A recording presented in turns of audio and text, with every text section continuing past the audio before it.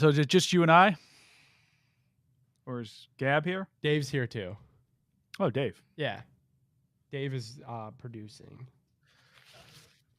And like we're so dangerously close to killing this stream deck because we keep shocking it. Shocking it.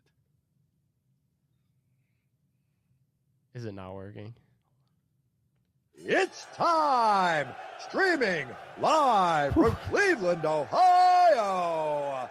Presenting the undefeated, undisputed heavyweight podcast of the world, The Big Play Reflex Show! Okay, do you need medical attention? Yeah. What is wrong? I don't know. I know damn nothing. Attack by Chuck. He's to the 10. He's still running to the 5. He dips outside 50. Doing it. Touchdown. Sugar Cry. Ready, left, away. Back to goal. Here it is. Here it is. You're doing most baseball. It's time! The Big Play Reflex Show! Welcome to the Big Play Reflog Show. I'm Nick Padone, running point today. Of course, we have Mr. Chris McNeil here as well. Big Play Dave What is up? is producing. What's going on, guys? You can tell, right? We are off to a fast and furious start, but that's okay. We're going to get things going right off the rip. We will have our featured interview presented by Labatt. We are talking NFL Draft with Thor Nystrom from Fantasy Pros. We are going to get right into the draft. It is draft week. I get that it doesn't have the same punch for Cleveland as it usually does, but this is really just us kicking the can down the road on our Cavs talk. We will talk some Cavs with our Tipico Sportsbook Big Play Bets of the week, and then we will wrap up the show, as always, with Cleveland headlines. So without further ado, what do you guys say we hop into our featured interview? Let's do it. In like 5 seconds. All right, cool. We will be chatting momentarily with Thor Nystrom from Fantasy Pros. Excited to get some Cleveland Browns analysts as well as talk a little bit about some of these Buckeye prospects that could be going early on.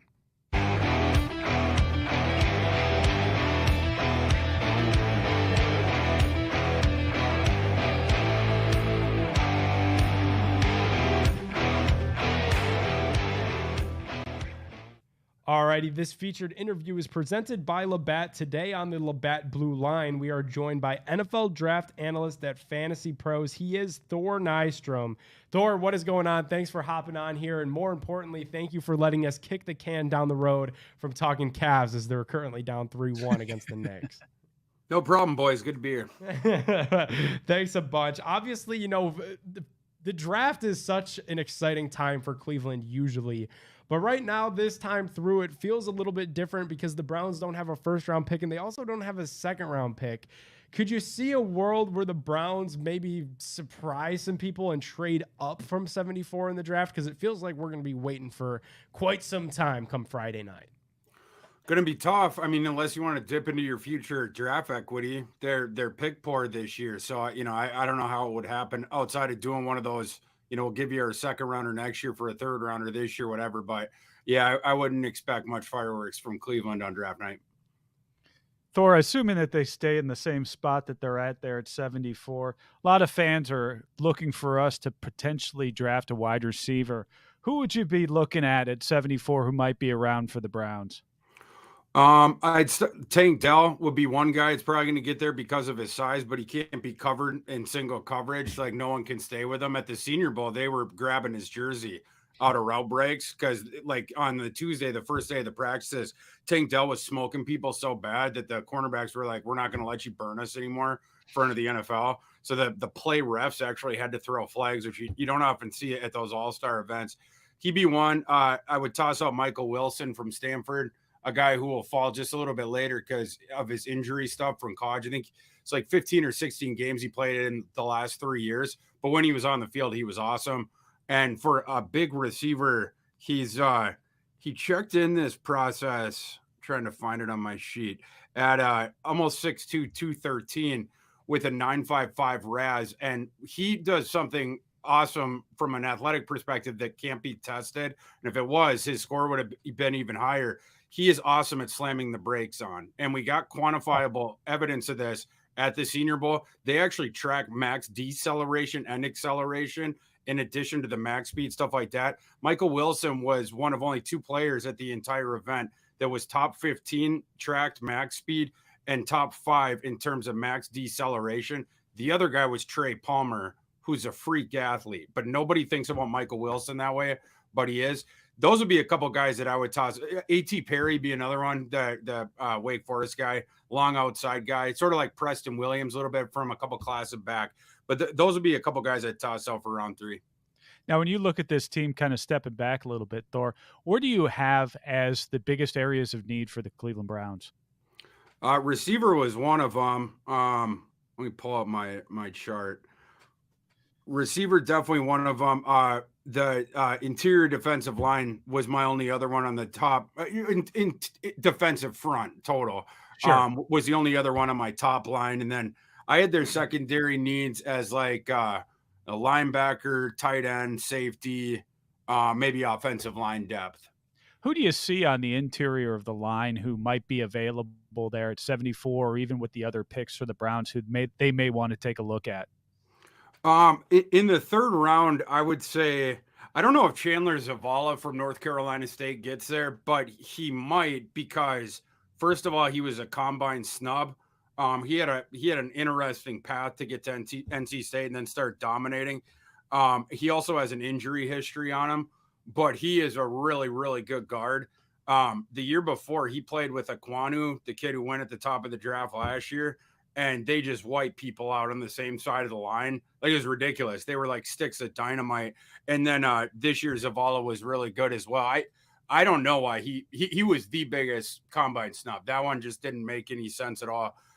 There's also a couple guys where you could just take a flyer on, or not a flyer, but you could take a calculated high percentage shot on a guy with really good athleticism who just hasn't figured it out yet. Anthony Bradford from LSU is going to go right around there. He's a freak athlete who is still learning the technical side of the craft. But if a team can fine tune that, he's going to take off really quickly. And then, Joe Tippmann is a guy that I don't think would get there, the Wisconsin center, but he can play all 3 interior spots. He's 6'6", a long rangey kid. But if a guy like that fell down, you could take a look at him as well. But Luke Whippler would be another guy who's local to you guys at Ohio State, center only with him. But a couple names to look at. Hey, Thor, what local? Yeah, go ahead, Chris. I was going to say, speaking of local, Dave, who's chiming in there, and myself both went to Miami, so we're big fans of the MAC. There in Ohio, we follow all the MAC schools.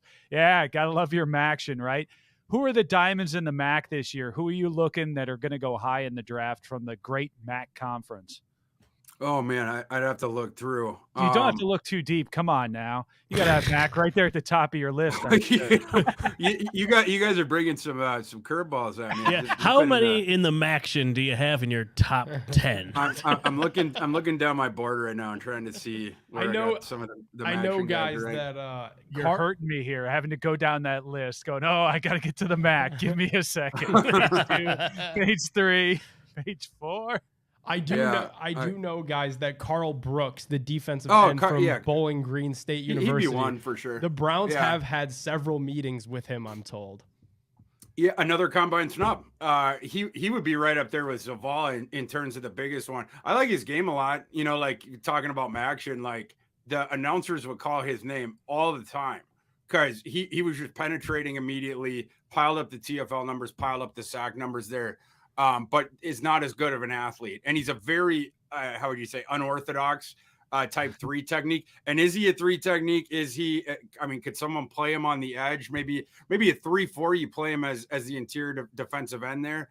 That's what you're trying to figure out with him because the testing just wasn't great. I think he was, which we knew it wasn't going to be great. 5.87 was his RAS. I comped him to Marlon Davidson, the kid from Auburn. because I had the same kind of hard time with Marlon Davidson coming out. Like, is he big enough and athletic enough to play 3 technique? If he's not, can he play on the outside, or not the outside, but the 3-4 interior defensive lineman? That's what you're trying to figure out with guys like that, sort of tweeners that aren't the elite athletes. But Carl Brooks piled up the sack production, TFL production in the MAC. You can't fake that. So, I mean, I have him 143 on my board, 12th interior defensive lineman. I like his game enough, but yeah, he's capped by those athletic questions. Hey, Thor, you mentioned tight end for the Browns earlier. We took a flyer on Harrison Bryant. Is there anyone in this draft that you look at in Kevin Stefanski's eyes and say, hey, I really want to go out and get this guy maybe a little bit later? Yeah, later on, Brenton Strange would be one I'd toss up from Penn State, who's going to fall through the cracks a little bit just because this is a super stacked tight end class. This is one of the best tight end class we've had in years. For me, tight end and cornerback are the positions in this draft where I put them like right at the top in terms of the strength. So you can wait a little bit on it, and the guy's going to fall through the cracks. Brenton Strange, so I have him tight end 9 on my board. If he had come out like last year, I don't even know if he could because he might be an early declaree. But if he had been in the last class, just apples to apples, he might have been a top 3 tight end in that class, right? Wow. Like he's certainly a better blocker than Trey McBride in similar physical dimensions. Not a bad athlete either. It's just he didn't get thrown the ball as much at Penn State, in part because another kid in this class, Parker Washington, their slot receiver, he took a lot of the usage that you would typically associate with like the tight end in that kind of offense, where it was a lot of touches that were manufactured within 5, 6, 7 yards of the line of scrimmage. But Brenton Strange should have been involved more in the passing attack, but we know that he can block. We know he's versatile, can move him around like an H-backy type guy if you want to. So he would be one guy that I would look at. And Zach Kuntz would be another one that I have to toss out. I'm way higher on Zach Kuntz clearly than the NFL is. I have him at tight end 7. The only reason people aren't talking about him more is just because of circumstance. He signed with Penn State coming out of high school. It was a great recruit, but then he gets stuck behind Pat Fryermuth, like on the depth chart, right coming out. And so that was a couple years. Then he transfers to Old Dominion, follows his former offensive coordinator, Ricky Ron there. But the COVID season, Old Dominion canceled their season. So we didn't get to see Zach Kuntz until 2021. He blew up that season. We thought he was going to blow up last year too. He did for the first month, but then he suffered a season-ending injury. But during the pre-draft process at 6'7" and 255 pounds, he tested as the most athletic, size-adjusted tight end to ever enter the NFL by the RAS composite system. Zach Kuntz got the perfect 10, and he didn't duck any tests either. He did every single one of them. So he's going to be a sleeper. He has receiving chop, not the best blocker, but definitely has receiving chops, and he's going to be available at a discount.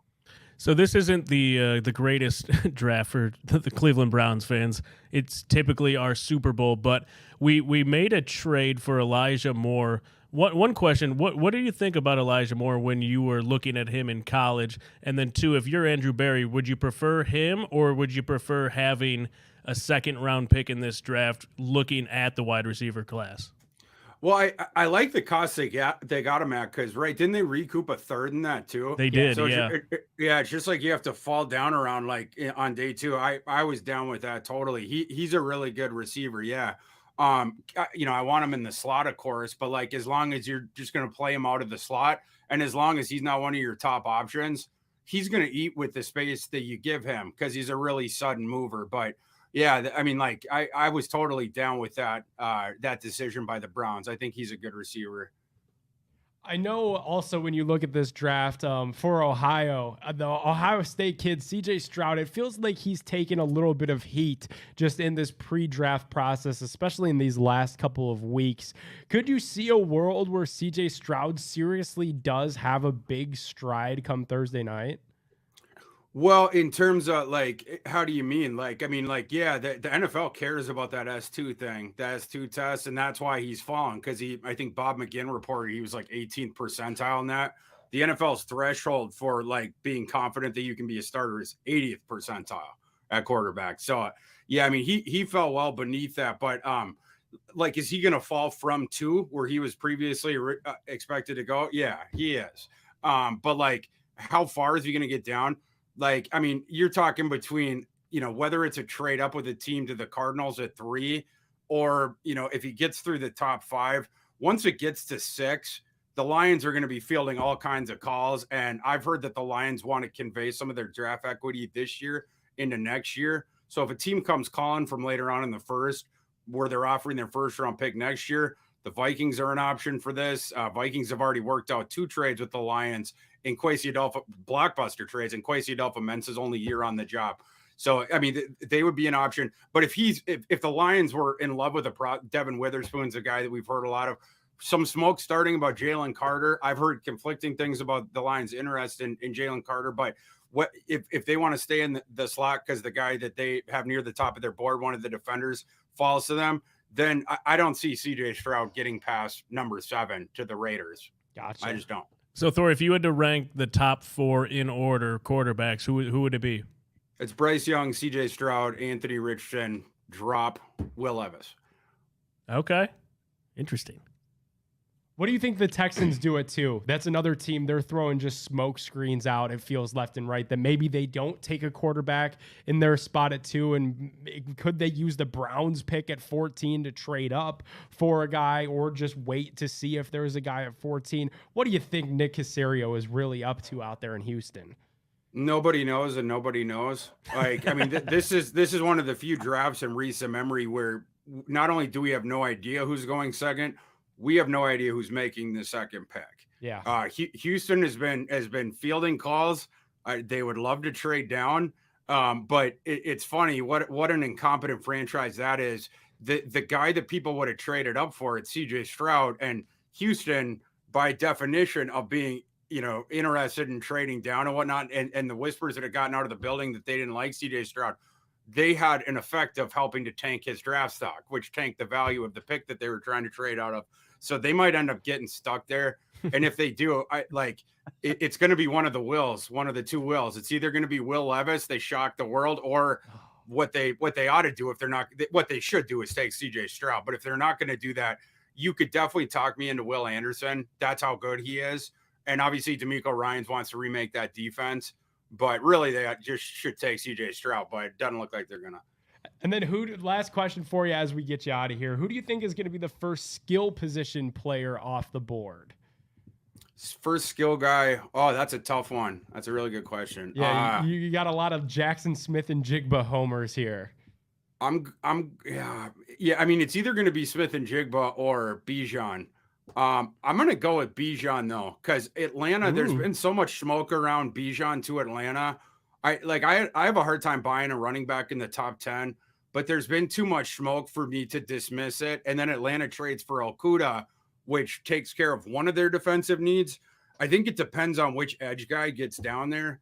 But assuming in a scenario like where Tyree Wilson doesn't fall down there, or Jalen Carter falls down there, I think they would take him too. Wow. Those 2 guys are off the board.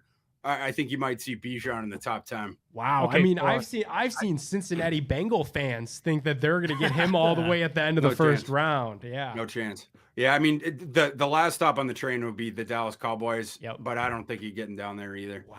Okay. One last question. Is there one player that everyone is kind of sleeping on, who you've got your eye on, who's probably going to go a little higher than everybody expects, who nobody knows their name right now, but they'll know their name come, Friday, Thursday of the draft? I'd say Iowa tight end Sam Laporta, guy I've been banging the table for all process. I have him tight end 3 and have had him tight end 3. It was funny. I seen today on TV, Peter Schrager was saying that people are going to be shocked because a lot of the NFL likes him more than Darnell Washington, which is what I've been saying all process. I mean, yeah, like Darnell Washington, a bit overrated because he doesn't have the receiving skills. He only made 2 catches over 20 yards downfield his entire career, doesn't break tackles, drop rate over 10%. So with that, it's like you're dreaming, like a leap of faith. With Sam Laporta, he's just a stud receiver. To me, he's 1-to-1 with Owen Daniels, in terms of career projection. That's my comp for him. I think he's the same player. All right, last one. Then we're really going to let you go. This is going to be the last one because I do have to get off. Absolutely. Yep. Best name in the draft. Are there any Barkevius Mingos? Oh, man, not one of those. Trying to think of best. I might have to get back to you on that one. That's fine. You can go. All right. Appreciate you, boys. Thank you, Thor. Thanks, Thor. Thor Nystrom, some good stuff there from him. Obviously, it's always fun talking draft, even when the Browns don't have a pick. And I do think as the draft nears, there's becoming more and more reason to get excited once these storylines start developing. Oh, we talk ourselves into it. I mean, that's what All it the is. time. Yeah, we talk ourselves into the draft, no matter if we have a lot of picks at the top or if we don't. There's always those guys who people on Twitter will say, "Oh, this is the guy, this is the guy," and people would debate it, even if we didn't even know about these guys here a month ago or even for the last year. Yeah. All right, Chris, what do you rank the Browns draft? What do you grade it? Go without it even happening yet. Just get it out of the way. It's going to be a solid B-. No, how did you not say incomplete? Well, that too. Yeah, I was going to go there, but Oh, you gave it a grade, but after the draft, you'll give it an incomplete. I love that. well, yeah, that's true. I'm excited. I know it's this time of year. I love this time of year. It's fun. I'm starting to check out, guys that could be there at 74. I know it's a long, far way to go, but I do think it's going to be fun, especially now that whoever they take at 74, there's going to be no pressure on that guy. You're probably drafting him for depth, which is just such a good problem to have for once. All right, what do you guys say we hit some big play bets? Let's do it.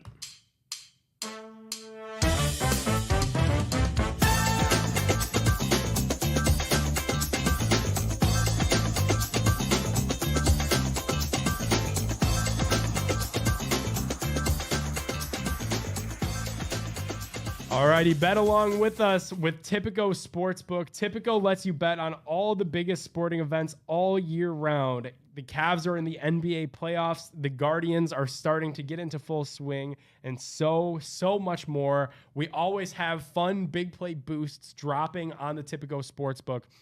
So if you haven't checked it out yet, give it a download. When you create your account, use promo code BIGPLAY. When you do use promo code BIGPLAY and deposit $50, we'll give you $200 bet credits completely on us, $200 to mess around with, especially throughout the NBA playoffs. That's going to be a lot of fun. You got to be 21 years or older to gamble in Ohio. Gambling problem, call 1-800-GAMBLER. Chris, you called it last week that the Browns were going to... I mean, not the Browns, that the Cavs. I'm so used to you don't want to talk Cavs so badly that you just I'm so used to the Browns dropping 2 in a row, but it was the Cavs that dropped 2 in a row this weekend in New York. Man, you called it. That hurt to call it too. I just kind of felt the momentum going the wrong way going into New York, and I hoped I was wrong. It was one of those where I was trying to reverse jinx our Cleveland Cavaliers, and it did not happen. It ended up being a full-on. So that was ugly. How was it, Nick? How was New York? You actually visited the Big Apple for this series. I did, yes. I was down there. It was okay, man. The city itself is okay. It's way too much. I mean, there's people everywhere, just people, traffic. It's impossible to get around. I paid probably $500 in Ubers the whole weekend. I mean, it's just way too much. It was really my feedback, but it was cool. How about representation from Cavs fans? Did you see a lot of Cavs fans kind of hanging around the city? We'll give a little spoiler that we went to a Cavs backer bar. The Browns backers bar down there turns into Cavs backers come playoffs. So spent some time there for the video and ran into just a lot of Cavs fans there, but beyond that, Chris, like just out in the streets, doing the touristy stuff that we did for some of the documenting of the video that we're going to be putting out very shortly. Not many Clevelanders at all. Did you go to, what was it, the New York Browns backers? The Liberty Bar. The Liberty Bar. Yeah, the Browns backers bar out right by MSG, correct? Yeah, not too far. Yeah, that's the one where they have you say right by. Shots. It's like a 30-minute walk. And that's how that city Dude, is. it's like Vegas. Like, it looks close. It's not close. Yeah, no. Yeah. What were you going to say, Very Chris? good. Oh, I was going to say, don't they have something where it's like, I know during the Browns games that they have like the waitresses dress up like penguins and bring shots out. I think that was their big thing. I didn't know if they happened to do that for the game as well. Oh. For Browns games? I think it Like was penguins? Yeah. That's like their whole thing. If I'm thinking of the right one, because Huh. they send me a shirt every year, and they have penguins on the shirt, and I'm like, why do you have penguins on your shirt? They're like, well, it's because at the end of the quarter, like the waitresses come out in penguin outfits and give out Jello shots. Like It's that's the a weird same fever reason dream. the Browns have the elf and Yeah. That's a helmet it makes logo sense. and a dog pound. Right? Yes. In our Browns fandom, it just makes sense. You it gotta fits have right penguins in. serve you Jello shots. Well, I did not see any penguins. What I did see was 2 really bad Cavs performances. So let's just completely move past that. Let's get into game 5. Let's look at some bets. We need to what's our confidence level like before we start getting into some of these intricate bets that Nick G starts to try to put in here? What are we feeling? I feel like being a Cleveland fan my whole life, right? If I know anything about Cleveland sports, it's that the Cavs win game 5. The Cavs give us hope going back into New York that this is still a series because, of course, they do. So I think I'm optimistic that, especially getting back home in Cleveland, I think the Cavs take care of business and they win game 5. Are you guys with me on that? I think we're in a horror movie here, and anybody who's kind of a connoisseur of horror movies, you get one last kick. So the Knicks think that they've killed us right now after that ugly showing in New York. But what they don't know is when they've turned their back, we come back from the dead just for one last grasp. And this is going to be that game. I think we're going to win this game. And then after that, it's going to get ugly. But yeah, I'm with you, Nick. I think we win. I think we win game 5. Does Donovan Mitchell come in angry, Chris? I thought he'd be angry the last 2 games. I don't know what's at this point. He better. Yeah, I mean, he should be pissed as hell. Right? I thought he'd go to New York and he'd show everybody what they were missing there in New York. I said it on this airway. Even though I didn't think the Cavs are going to win, I thought Donovan Mitchell was going to show up. He hasn't shown up. 11 points in the last ball game. It's just inexplicable at this point. And I expect him to ball out. Give me something. This is going to be the last gasp. This is going to be the monster, finding something there, going deep and coming out and hopefully leading the Cavs to a win, because it'd be nice to have that momentum. And who knows what happens after that? We know our history with 3-1 with the Cavs. Maybe we can catch some of that magic. I'm not that optimistic, but what the hell? Crazier things have happened, and why not? Why not? Go Cavs. We need Klay Thompson to say something about someone on the Cavs. That's exactly He right. got his feelings hurt. How many points? Let's go around the room. Obviously, the over-under from Donovan Mitchell is not yet out for this game as we record this on Monday night. What are we thinking over-under for Donovan Mitchell? How many points will Mitchell score game 5 in Cleveland? He'll be back home. Obviously, we still have that big play boost floating around out there in the universe of him to score 45 points or more in any game this series. The odds are going to be pretty favorable. He's putting up 45. Are you going for that? At home. He's got to be pissed off at this point. If he's not pissed off at this point, there's going to be a whole lot of haters out there, even in Cleveland, Ohio. There probably are already on the internet. They've already but started. The internet's stupid. But 45 points, Donovan Mitchell, he's going to do it. Chris? He didn't even put up 45 points in New York total. He put up 33 in 2 games. And he had a garbage bucket at the end for 2 points in the fourth quarter. I know. Why not go optimistic? Last week I went 0-2 and I was playing the, heel for this thing. Unfortunately, I was right. So let's go optimistic this time. Sure, he goes over 45. We win by 20. What the hell? Go Cavs. I'm going to go for game 5. Donovan Mitchell scores 42 points just to screw up our boost, just to make us absolutely miserable. I think we'll be That's happy. actually probably correct. We'll be happy because the Cavs will win. But I think just knowing myself and how these things have started to go for me, I'm going to say he has 42 points in game 5. He's going to have a really You're big probably game. right.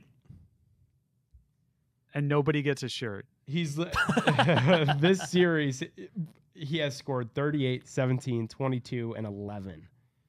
All right, if he puts up 42, I'll give one random follower on Twitter that follows you, Nick, a T-shirt. All right, cool.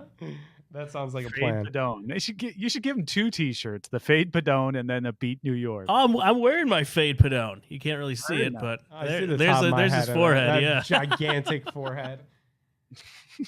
All right, I have a feeling. Yeah, now that we all picked Game 5, let's do over under 202.5.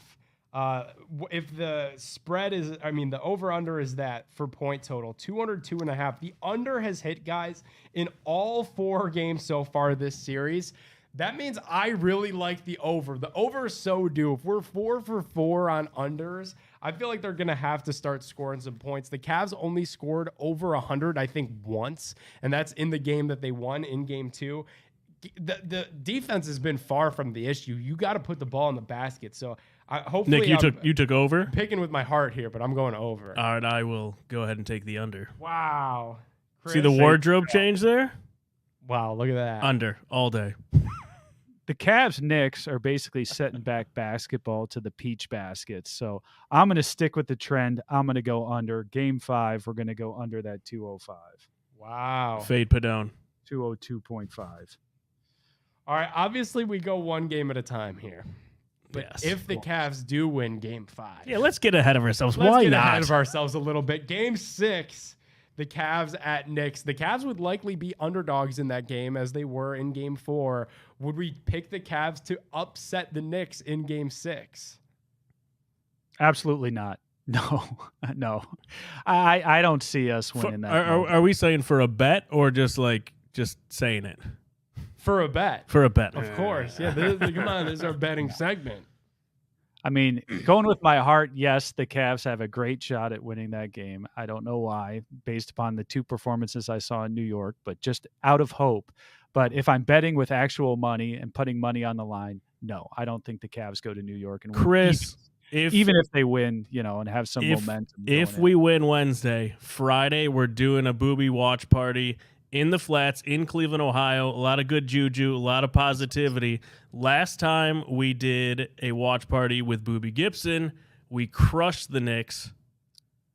What do you think? Does that change your mind at all? To that show, and Booby was talking explicitly about how, hey, listen, man, this thing's not over. I see this team bouncing back. I see them really coming out there, and which they establishing did. themselves, and they did. And he was right. Booby was right.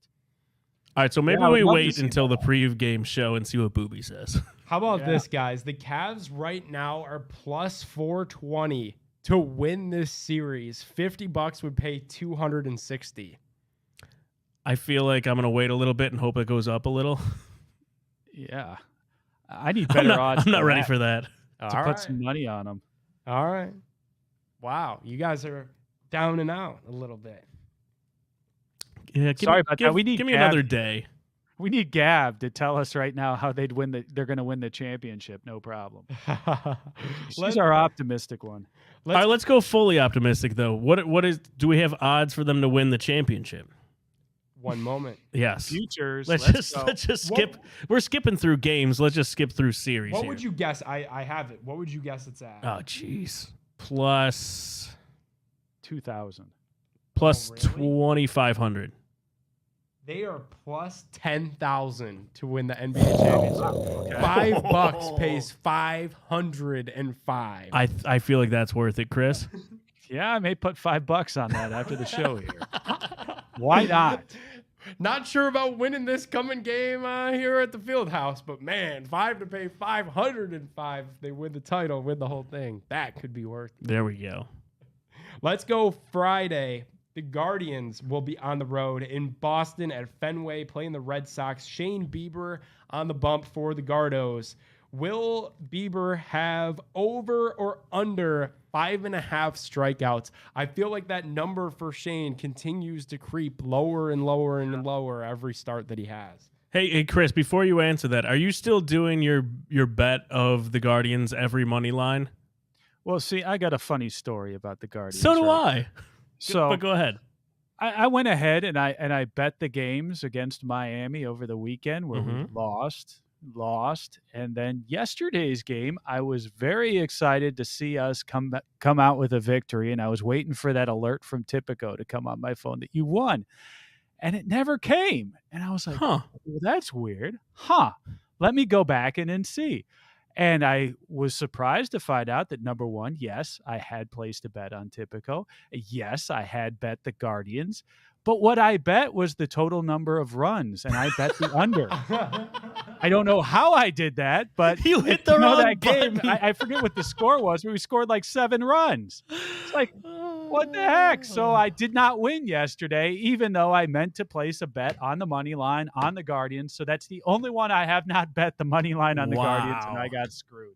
So I am on a heck of a losing streak right now. So we're going to turn it around tonight against the Rockies. There wanna you hear go. my- I got to get back in the saddle because I went down to Hilton Head Yep. for spring break.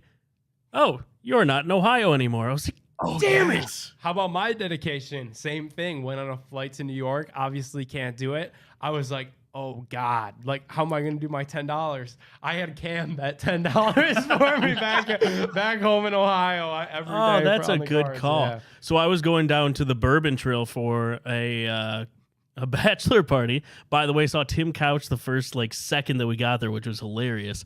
But I am driving into Kentucky to the Bourbon Trail, and I'm like, oh shit. Pull over in Ohio right before the border, get my Cavs bet in. That didn't work out so well, but I at least got it in. Should have kept driving. Should have kept driving. Hey, Dave, how was Keeneland? One of my favorite places Keeneland on was so cool, man. Like, I almost prefer that to the Derby. Yes. Wow. That's what I Yeah, was telling like you. it's classy. They do it right, and it's just a really fun time. It's not in a dumpy neighborhood. It's in a No, nice no. neighborhood, nice area. It's kind of got that tailgate feel, but only like the southern tailgate feel where everybody's a little bit more dressed up. And Yes. Yeah. Yeah, You it got the hat. exceeded my expectations for sure. The hats, the dresses, you've got it all going on. Mint juleps. Yeah, the bourbon mules. I'm gonna take a bourbon break for a week, but it was a lot of fun. All right, Did you back win to anything Bieber. at the track? Nick's falling asleep over here. I'm getting hot. I've been in this studio for so many hours today. I'll be honest. It gets hot in here if you're in a hoodie. I think I'm doing my the same face thing to is- Dave that we did to Thor. Just one more question, Dave. Did you win at the track? By the way, I texted the airport and I was like, "Hey, it's way too hot in here. Please come fix it." Nothing yet. So stay tuned. Yeah, we'll see. But this summer, man, we could be doing our Oh, shows boy. in like spring break tank tops because it gets really We're in hot. the here. parking lot. Go live. Yeah, we are live from the parking lot. Cut the sleeves off my shirt. All right, Bieber strikeouts over under 5.5 Friday at Fenway. His strikeout total so far by game this year: 3, 7, 4, 4, 4, and 4. I'm gonna go over. He's due. All these 4s in a row. He's due to go over. I get. There's a maybe 3 in there it's though, right? Yeah, there was a 3 at the beginning. His very first start was a 3, then a 7. So he did go over that one. 3, 7, 4, 4, 4. So I'm gonna go over 5.5. I think he gets 6 on the 6. nose. Oof. I'm going to agree with Nick, and I'm going to go over. The All Re- right, the I'll Red fade Sox- Padone. I'll go under. Wow. Can't have the young guy Logan Allen showing him up. Yeah, no kidding. And the Red Sox aren't that good. If you look at the AL East, they are dead last, 12 and 11. Despite that being a good division, they're not that hot. All righty, let's do a new segment. By the called- way, fade Padone. I don't feel good about this at all why? because I like both of your bets, but I'm just gonna go Yeah. against you, and I Yeah. think it'll work It out. sucks. But I usually like all my bets, so I know. That should just looking at that shirt. If I start, hopefully, if I win these bets, you can't wear that shirt. you don't like the shirt. I mean, I He conflicted doesn't about like the shirt. conflicted He doesn't about like the shirt, Chris. The shirt. He's strokes- offended by the shirt. Are He's you offended. by He's the shirt, he's been Nick? looking at me, Chris, this whole time, and just not saying anything, kind of staring over at the shirt. I was like, "Why is Nick looking at me so funny?" He's just He's looking hot. at the shirt. I mean, He's I'm odd about hot. passing out, and he has to look at that I don't shirt. have any water in here. The shirt is. Here's the thing with the shirt. The shirt feeds my ego, which I like. You know, I Yes. like that It's there's your a own shirt. There's a shirt of me out there, but I don't like the message behind it is to bet against me when, we're sponsored. I'm an ambassador for a leading sports betting company here in Ohio, and the shirt. Well, we'll see who makes more money. All All right, let's hit We it. need to have a full Padone collection, so Oh, you can yeah. wear them around like Bernie does, where he wears shirts of himself all the time. That could be your thing too, Nick. Can you imagine if I need a Nick just starts catchphrase. walking around downtown Cleveland like you matter? In my own shirt. He's gonna steal his whole gig. I know. I come Don't up fade with, Padone. I come up with like my own catchphrase, like not "you matter," but like I don't know. I can't even think of what an inverse of that would Just be. go up and say "Fade Padone." Fade Fade Padone. Padone. All right, Hashtag. headlines, new Headlines. segments. New segment. All right, just go. Fill in the Blank is brought to you by ShackNews.com. Shack News, your go-to site for video games and more, with news, guides, previews, and reviews, including this week's featured article looking ahead to the release of the newest Zelda game, Tears of the Kingdom. And remember that you can join in on all the discussions using the Shack News Cortex and subscribing to their Twitch channel. So if you're a gamer, Shack News is the site for you. Check them out on Twitter, Facebook, YouTube, and Twitch at the handle @CheckNews and @CheckNews.com. So this is a new segment, guys, that we're going to be starting 4 headlines called Fill in the Blank. We'll read a sentence, but a part of the sentence will be blank. Up to you guys to fill it in. Dave, I'll start with you. All right. The Browns will select a blank with their first pick in the NFL draft.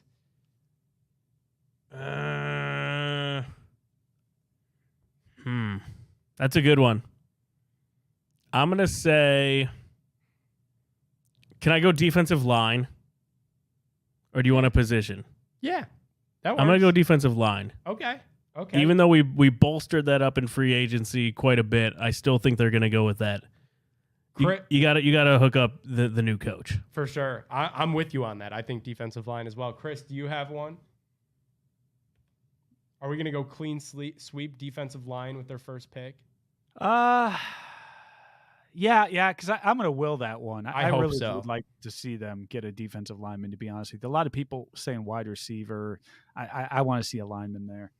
Yeah, me too. I really hope so. I think that's kind of the missing piece on this team. I get that you need to punch some depth in some other spots, maybe a safety, maybe another. Now you're going to need a inside corner because Greg wants to play on the outside. We'll see. All right. Well, we need top line there, and we need depth. Exactly. So we need Exactly. both. Yeah. All right, let's go with this one. Chris, I'll start with you. On draft night, CJ Stroud will become a blank. Oh, wow. And Indianapolis Colt. How about Wow. that? He's going to go to the Colts. Yeah, he's not going to have to go too far from Columbus to Indianapolis, and he is going to be a Colt. I actually agree with Chris on that. Oh, really? I do, yeah. Nick? You don't. I think a team trades up to 3. I don't buy for a moment that Arizona stays at 3 because they don't need to. They have their quarterback. They have an okay defense, not a great defense. I think if a team I say mystery team pops up for pops up to 3, maybe Tennessee. We hear that they're shopping now. Their quarterback and Ryan Tannehill. Maybe New England shocks everybody. We heard that they were in the Lamar Jackson sweepstakes that never materialized. Maybe they hop up there. We'll see what happens. I say mystery team at 3 for CJ Stroud. If not, definitely I don't see him getting past 4 with Indy. All right, let's go with this one. The Bucks and Heat series will go blank. How many games? Chris, I'll start with you. Ooh. It will go. Miami currently leads 2-1, but Giannis Antetokounmpo is back for game 4. And he's back? Yep, he will play tonight for sure. I'm going to say it's going to go 5 games. How about that? Wow, you see Miami in 5? I see no. I see the. Well, wait. What's the? It's 2-1. Miami's up 2-1. Oh, Miami's up 2-1. Yeah. I had it backwards. The No. Giannis effect. I think it's going to go 6, and it's going to go to the Bucks. Same. I think it'll go 7. Bucks and 7. Bucks and 7. Yeah, I think Giannis being back is the pivotal thing there. All right, let's go with this one, Chris. The Cavs will win Game 5 if they blank. Shoot, rebound, and don't turn over the ball. How about that? Let's hit all 3 parts of that triangle. I am sick of them turning over the basketball, and I am sick of them not getting fair. after loose balls, and they've got to be able to shoot. So if they can only do those 3 things, then we're going to be in good shape. Dave, the Cavs will win game 5 if they blank. Calm their nerves. I don't think it's an effort thing. I don't think it's they don't have enough dog. I think it's nerves. In Madison Square Garden, it was nerves. Hopefully, those get calmed in Cleveland. All right, I'm going to go the Cavs will win game 5 if they play Lamar Stevens. Oh, boy. I get that your superstar. Really? I get that your superstars haven't shown up. I get that we've had rough performances out of Darius, out of Mobley, out of Allen, out of Mitchell, all at different times throughout this series. But you're getting outworked by Josh Hart. You're getting outworked by Isaiah Hartenstein. You're getting outworked by Mitchell Robinson. I don't like that guy. These guys aren't superstars. You're getting out-scrapped. Go back to your own junkyard dog, Lamar Stevens. He invented the chain. He brought that grit and toughness as an undrafted player from Penn State. I am pounding the table for JB Bickerstaff to play Lamar Stevens in game 5. Your back is against the wall, and if there's anybody on this roster that could bring that heat, bring that tenacity, it's Lamar Stevens. He's the junkyard dog, and I think they win game 5 if they play him. Wow. I think we win game 5 without him. And then when we get back to New York, then put him in because the nerves will be back. Yeah. We'll see. We'll see. All right, let's go with this one. Keep talking Cavs for game 5. JB Bickerstaff should start Darius Garland, Donovan Mitchell, Evan Mobley, Jarrett Allen, and blank in game 5. Who should start on that spot that's been flipping between Okoro and Karras? Dave, you're wincing. I'm going to start with you. Oh, I hate that. I like Karras off the bench, Yeah. but So You start gotta start him, Stevens. right? Stay where we're at. start Stevens. Set the. t- Oh man, I'd I don't s- know if I can say that. Start No, Stevens. no. Levert. If Stevens could give All you right, I'll go with you. I'll say start Stevens, punch him in the mouth, Yeah. and then let your scorers score, Right. and then bring Levert in. I get that Okoro. I don't know if I really believe that, but I'm starting to follow you here, Nick. So like, because look, in game 2, they were at their best because Isaac got into foul trouble and then he was just on the bench. It is what it is. I'm not trying to dump on Isaac, but that's what happened. He was out of the game because he was in foul trouble. Then Karras comes in quickly and starts lighting him up. So instead of, obviously you don't want anybody in foul trouble, so you start Stevens and you tell him you game plan for something like this, right? Like Lamar, you stayed ready your entire career up until this point. You're going to start game 5. We need you to give us 7 really hard minutes on Jalen Brunson for 7 minutes. And then you're done. You know, that you could have your breather. We're going to put Karras in and he's going to just score the basketball. But for 7 really hard minutes, we need you to go out there, defend Brunson, attack the rim hard, shoot some free throws, and just be yourself for 7 minutes. Lock down Brunson like Kevin Love locked down Steph Curry. Let's go, Nick. Like Booby on Gilbert Arenas. And I think, and seriously, I don't think that's as crazy as it might seem. But if they don't go that route, I would seriously start Okoro just because when that bench unit gets in, you get absolutely nothing. And like at least Karras has been giving you consistently 13, 14 points a night. You need that off the bench when Jetty, Rubio, everybody else is just not doing anything. nothing. Yeah. Doing nothing. Chris, are you gonna go with Lamar Stevens with us, or did you go Karras LeVert? No, you kind of sold me on that idea, though, to be honest. Yes! I feel like it's a good game plan. I know. See, I like played- it because I was going yeah. in with Levert because Yeah.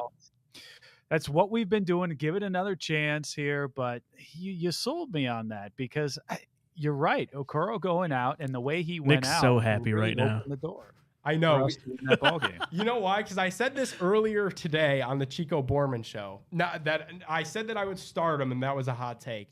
And then Spencer Davies for basketballnews.com comes on the show. Completely unprompted. He wasn't in the waiting room. Maybe he was listening, maybe he wasn't. But he says, Lamar Stevens needs to play in game 5. And I'm like, yes. Like I'm onto something with these Stevens minutes. But I would take it a step further and maybe even start him just because Okoro is not giving you anything, and you need that bench scoring from Levert off the bench. So I'd be very cool to start the junkyard dog in game 5. Your back's against the wall. You got nothing to lose anyways. There we go. Might as well try to win it. Consensus Lamar Stevens. Oh boy, starter. we're in a dark place. I've talked us all into it.